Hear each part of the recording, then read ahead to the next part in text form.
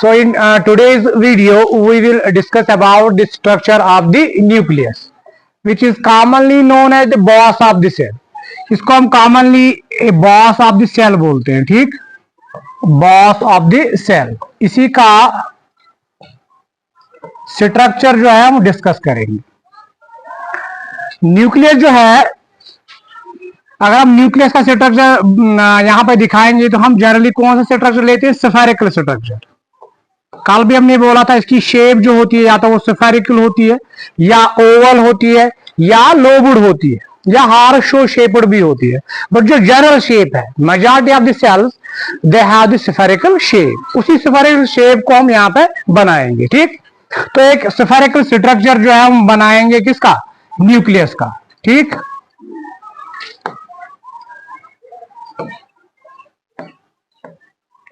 तो एक spherical structure आप बनाओगे.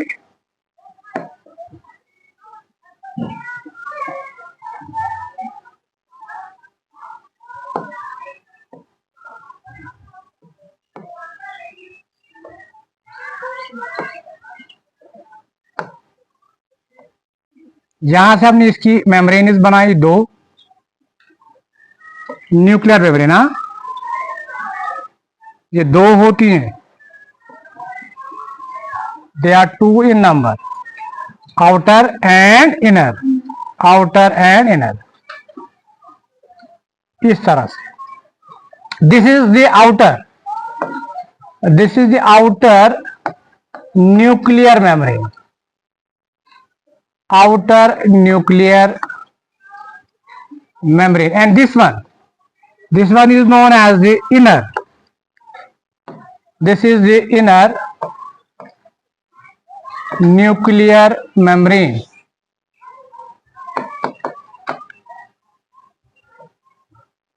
So एक स्फेरिकल स्ट्रक्चर है, इसकी एक कवरिंग होती है, that covering is known as nuclear membrane. But covering जो होती है वो दो होती है, outer and inner. Outer nuclear membrane and inner nuclear membrane. इस न्यूक्लियर मेम्ब्रेन को और एक हम नाम बोलते हैं, that is known as karyotheca. Is also known as karyotheca. कैरियोथिका.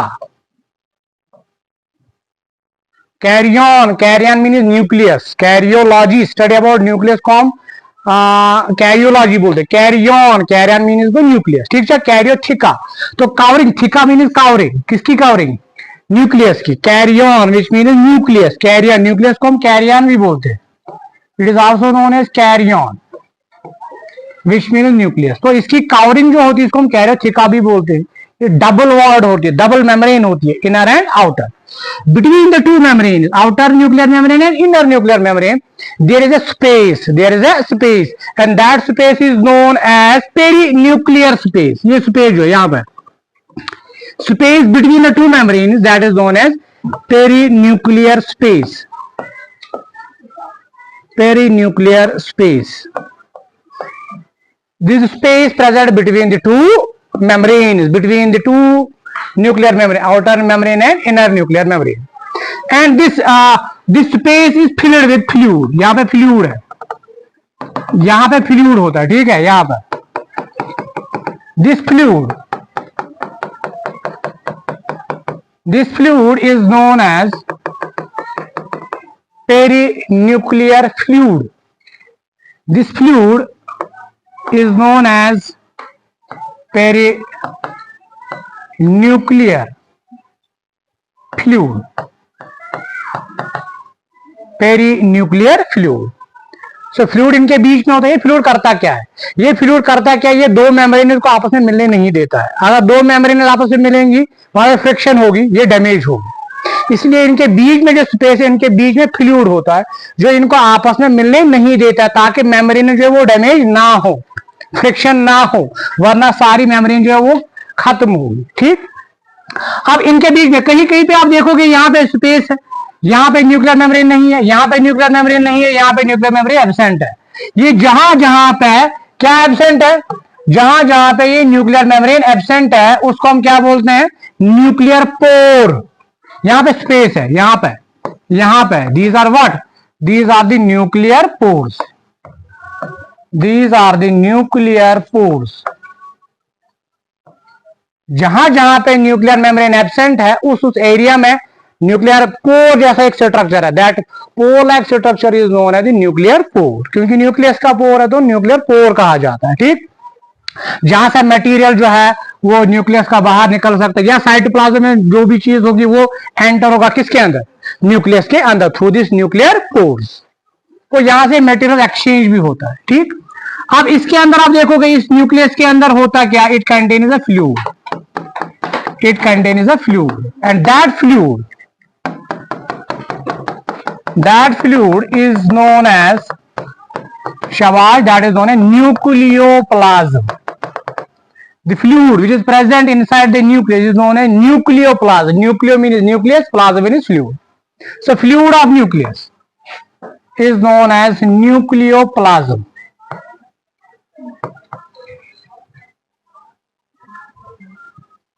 Nucleoplasm, और इसको हम कैरियो लिम्फ भी बोलते हैं। लिम्फ को फ्लूइड, लिम्फ जो आप आगे जाके पढ़ोगे, lymph, lymph means fluid, karyo lymph, karyon means nucleus, nucleus का फ्लूइड, इसको हम न्यूक्लियोप्लाज्म भी बोलते हैं, और karyo lymph,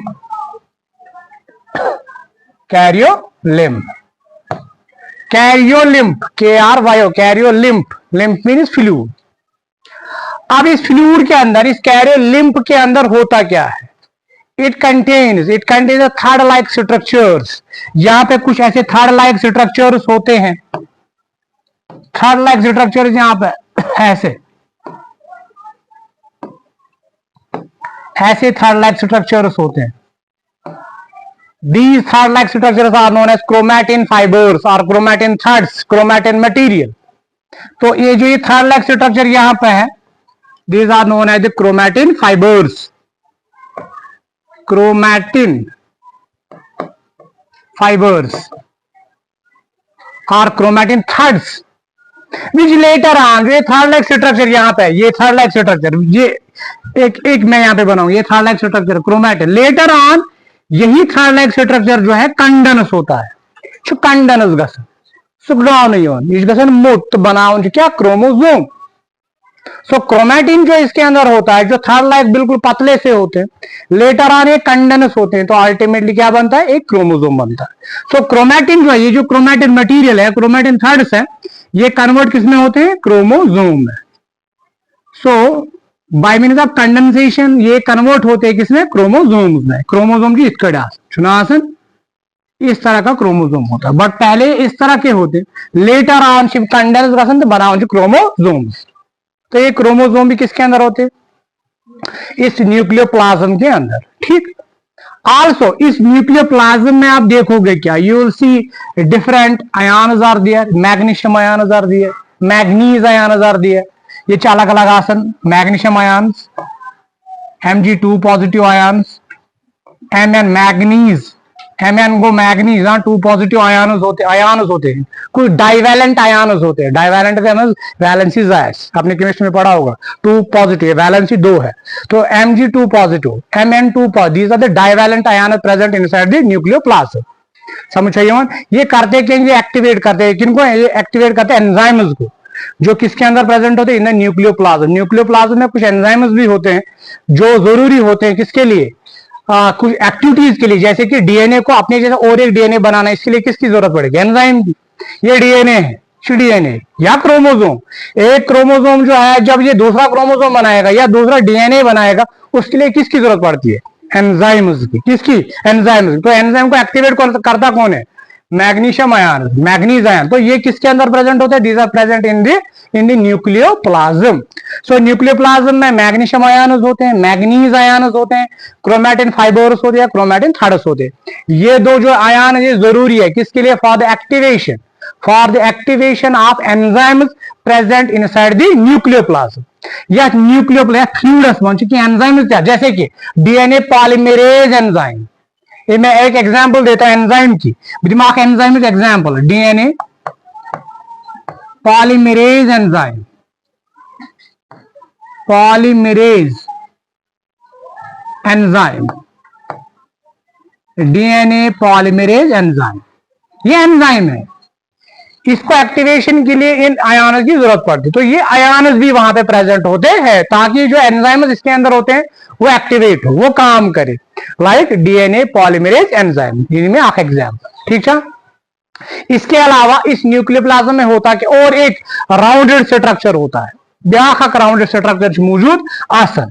that rounded structure is known as, यहां पे मैं बनाऊंगा यहां पर, this rounded structure is known as nucleolus.